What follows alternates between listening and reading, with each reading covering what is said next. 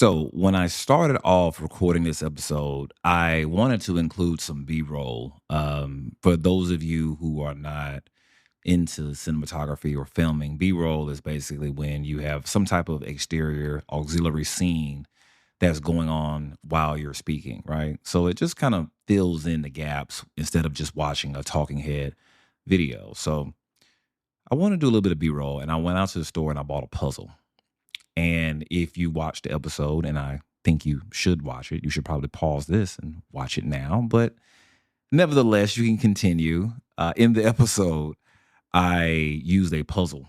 I put together a puzzle, or at least I faked like I was putting together a puzzle because I'm not sitting there and doing that just for B roll. However, I was trying to get a point across.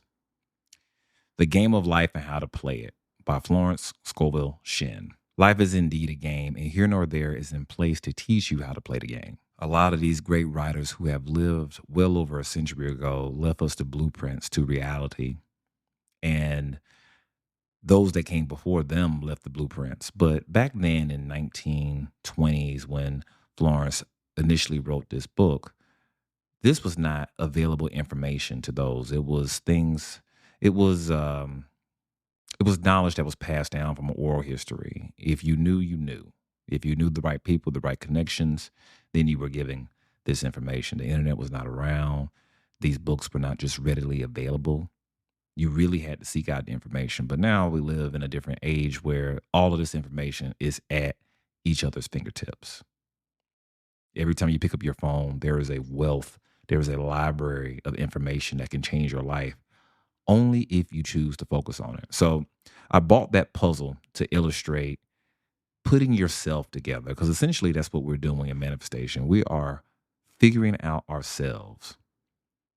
We are figuring out the puzzle that is our self concept, our identity. And as we're playing the game of life, we're putting this puzzle together. And now you are complete. Now you are whole. We always say these things in the English language. I know I have a large international audience, but in the English language, we always have these sayings where all of them are referring to some level of consciousness or some level of how reality is governed. And we just say them unconsciously, not knowing what they truly mean. But all of us have probably said, I want to be whole, putting myself together. That's why she entitled the book "The Game of Life: How to Play It," because life is indeed a game, and that's also a little bit of a double entendre because the key to enlightenment is to lighten up. Again, we say these things and we don't know what it means. We don't have the symbolism intact to know what these things mean. But when somebody says lighten up, it's because enlightenment and the positive emotions that surround it come from a relaxed state, comes from when you don't take things so serious. We talk about this a lot when we come across circumstances. If you choose not to identify with those circumstances that you're seeing in your very face and you choose to look at them lightheartedly, neutrally even, then they will shift because actually they are there in place to bring you what you desire. So if you take a lighthearted approach, you don't take them too serious because you know who you are from the inside. That's how we shift reality constantly, frequently, and precisely. So, Florence, amazing woman. She wrote this book in, I believe, the 1920s. I want to say 1925, but I don't have my notes in front of me. So, I've read the book once and I've listened to the audiobook maybe 7 or 8 times. Profound book, profound book. And this book was published before Neville Goddard, before Joseph Murphy, before a lot of the greats, before the Earl Nightingales and the Dale Carnegies. I think even before Napoleon Hill. And I think his book is probably, from a pop culture perspective, is probably the most well known self improvement book outside of The Secret. And she came before all these gentlemen and she wrote this book and self published it back then. So think of that. Those of you who are um, advocates of female empowerment, she wrote this book not only in a time where a country probably was not trying to hear anything else but Christianity and hardcore Bible thumping. And she put this book out about consciousness and how to win at life. She mentions God a lot in the book, but again, if you have the key to the map, God is you. is your subconscious. It's that. And she speaks about the subconscious a lot when I think that it wasn't necessarily well known or spoken about in a lot of scientific and psychological circles. But she said these things and wrote these things and published these things, self published. Self publishing is very easy now with the advent of the internet and, these pieces of technology that we enjoy. But back then, that was a very, very monumental task. And she did that. And we have her work today to show for it. So many people have read her books, have read her work, especially Game of Life and How to Play It and Your Word is Your Wand. And I mean, if Florence was out here writing YouTube scripts, writing YouTube captions and titles, she would be the GOAT.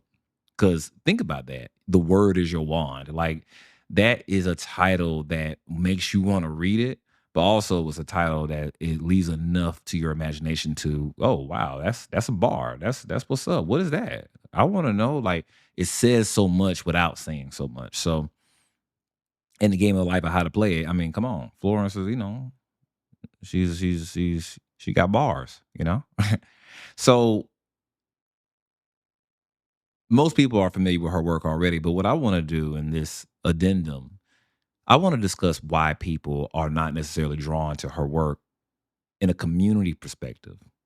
And I touched on this, no diddy, in the episode. It's because Florence's work leaves very little open to interpretation. That is why.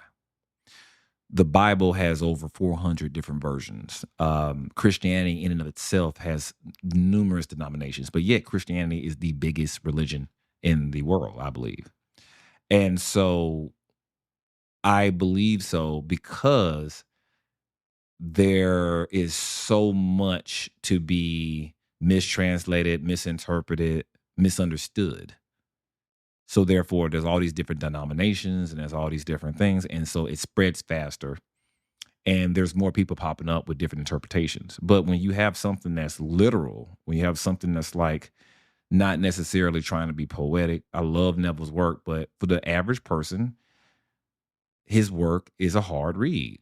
It's very difficult to read because it's very poetic, it's very abstract, it's very eloquent. He uses words and word placements that's almost like very Shakespearean, right? So, although elegant, it can be confusing and misinterpreted. One of those things is that Neville didn't really go into detail about the difference between feelings and emotions. So when people hear feeling is a secret, they think that, oh, well, I don't have to correct my emotions because it's all about feeling. And feelings and emotions are not the same, but yet they are part of the same mechanism. But this is not a Neville video. This is a Florence Scovel Shinn video and podcast. So that's why I believe that her work is not as, I wouldn't say celebrated, but there's not a huge community around it because there's no room to misinterpret what she's saying. The term birds before land came from Miss Shinn, not from Neville Goddard, which is credited to for some strange reason. And so she specifically said the student often mistakes the signs. So even with the birds before land, she came up with that terminology, but she said, don't even worry about that because you're going to mess it up anyway. And that is so true. There's been times where I'm like, oh, that's the sign. That's what it's going to come through. And that's not what it was. That might have been a sign for something else. That might have been a synchronicity for something else. So, in my interpretation, I look at synchronicities as things that pop up that are related to something that you have your conscious mind focused on, right? But signs are when something like that comes up, and then you want to assign what is happening because of that sign that you saw. Oh, I saw a butterfly. That means my person is going to come back to me. No, you saw a butterfly, and it means you might be transforming. So don't assign a sign of things. Just look at things as synchronicities, right?